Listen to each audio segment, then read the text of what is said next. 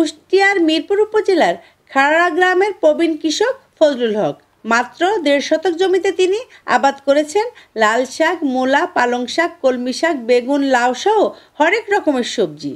পরম যত্নে এবং বিষমুক্ত উপায়ে উৎপাদিত সবজি পরিবারের চাহিদা মিটিয়ে বিক্রিও করছেন বাজারে।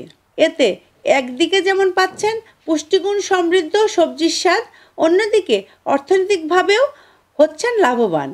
কৃষি বিভাগের সহযোগিতায় আদর্শ এই পুষ্টি বাগানের অংশীদার হতে পেরে দারুণ খুশি ফজলুল হক ও তার পরিবার। ধরেন মূলা আছে, আপনার কপি আছে, কলমি শাক আছে, লাল শাক আছে, আপনার কদুর গাছ আছে, শশা গাছ আছে, আপনার ৭-৮ রকম আইটেমের আমি পুষ্টি আবাদ করি। এটা ধরেন কিনে খাবার নিজের তো লাগে না, আত্মীয় স্বজনেও লাগে না। আমার 2টা মেয়ে আছে, তারাও খায়, পাড়া প্রতিবেশীও খায়, সবাই ধরেন খাতে পারে আর কি। অল্প জমিতে বাবা যে সবজিটা আবাদ করছে, এতে বাবারও চাহিদা পূরণ হচ্ছে, প্লাস আমরা ভাই বোন খাচ্ছি, বাবা দিয়ে আসে বা আত্মীয় স্বজনকে দেওয়া হয়। অল্প জমিতে বাবা যে এত সবজি আবাদ করে, মানে পুষ্টিকর, যেমন পালং শাক, লাল শাক, কলমি শাক, আপনার বেগুন, টমেটো, যখন যেটা হচ্ছে আবাদ করছে, আমরা খাই, খুবই মানে আনন্দ পাই। আবার সময়কাল আমরা বেড়াতে আসলে বাবাকে এখানে দেখলে আমরা আসি, বাবার কাছে সাহায্য সহযোগিতা করি, আমাদেরও সময়টা কাটে, বা এই পুষ্টি বাগানে আসলে আমাদেরও মনটা ভালো হয়ে যায়। ফজলুল হকের মতো অনেকেই কৃষি বিভাগের সহযোগিতায় গড়ে তুলেছেন বিষমুক্ত এই পুষ্টি বাগান। আর এই সবজি বাগান দেখে অনুপ্রাণিত হচ্ছেন আশপাশের এলাকার মানুষ।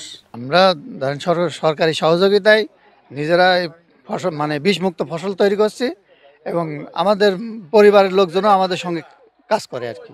কৃষি অফিসার আমাদের আসে বীজ দিছে এবং নিজে আসে আমাদের ফর্মুলা তৈরি করে দেয় যে এইভাবে তৈরি করেন আপনারা, এইভাবে সুন্দর হবে। বাজারে যে হারে সবজির দাম, নিজেরা তৈরি করতে পারলে তো ধরেন কিনা লাগে না। অল্প জায়গার ভিতরেই ধরেন নিজে শাকসবজি হাবি যাবি সব নিজে 5-7 রকমের আইটেমের শাকসবজি তৈরি করি, নিজেই চাষ করি, বিষমুক্ত বা সারমুক্ত তৈরি করছে, খাচ্ছে নিজে, এগুলো খুব ভালো। আস্তে আস্তে এলাকার লোক অনেক উপভোগ্য হচ্ছে। আসলে প্রত্যেকটা বাড়ির আঙিনায় যে প্রতি জায়গাগুলো পড়ে থাকে, সেখানে এই ধরনের পারিবারিক পুষ্টি বাগান করা উচিত, যেহেতু আমাদের দেশে ফল এবং সবজির ব্যাপক চাহিদা আছে এবং ঘাটতিও রয়েছে। এই ঘাটতি পূরণের জন্য প্রত্যেকটা আঙিনায় যদি আমরা এই ধরনের পুষ্টি বাগান এবং ফলজ বাগান করে থাকি, তাহলে একদিকে যেমন ভিটামিনের চাহিদাও মিটবে, সবজির চাহিদা মিটবে এবং ফলের চাহিদা মিটবে।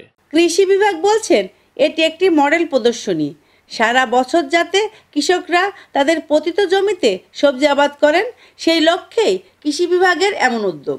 আসলে আমরা যে পারিবারিক পুষ্টি বাগানটি দেখছি, এটি কৃষি সম্প্রসারণ অধিদপ্তরের একটি প্রকল্পের আওতায়।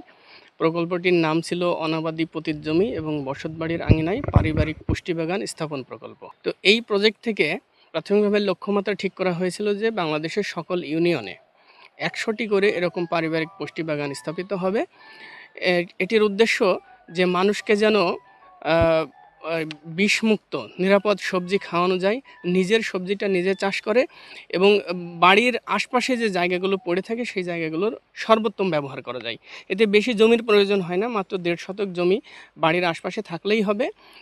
তো এই প্রজেক্ট থেকে তাদেরকে যে সাপোর্টগুলো দেওয়া হয়, যেমন সারা বছরব্যাপী যে ফসল সবজিগুলো উৎপন্ন করা হবে 3 সিজনে, এই 3 সিজনেরই বীজ অফিস থেকে দিয়ে দেওয়া হয়। শিক্ষিত লোকজন যাতে কৃষিতে আগ্রহী হয় এবং বর্তমান সরকারের যে পরিকল্পনা যে কৃষিকে আমরা খোরপোশ কৃষি থেকে বাণিজ্যিক কৃষিতে রূপান্তর করা, অর্থাৎ যদি কৃষকের আয় বৃদ্ধি পায় তাহলে কৃষক কৃষিতে লেগে থাকবে এবং সরকারের যে উদ্দেশ্য যে আমরা বাণিজ্যিক কৃষিতে রূপান্তর ঘটা, অবশ্যই তখনই বাণিজ্যিক কৃষিতে রূপান্তর ঘটবে যখন উচ্চ মূল্যের ফসল আবাদ করবে এবং কৃষক অল্প জমি থেকে বেশি পরিমাণে রিটার্ন পাবে।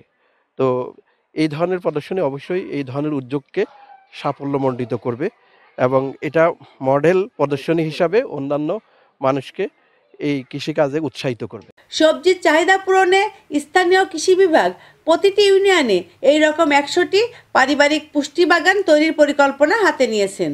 Sabina Yasmin Shyamoli, NTV news, Kushtia.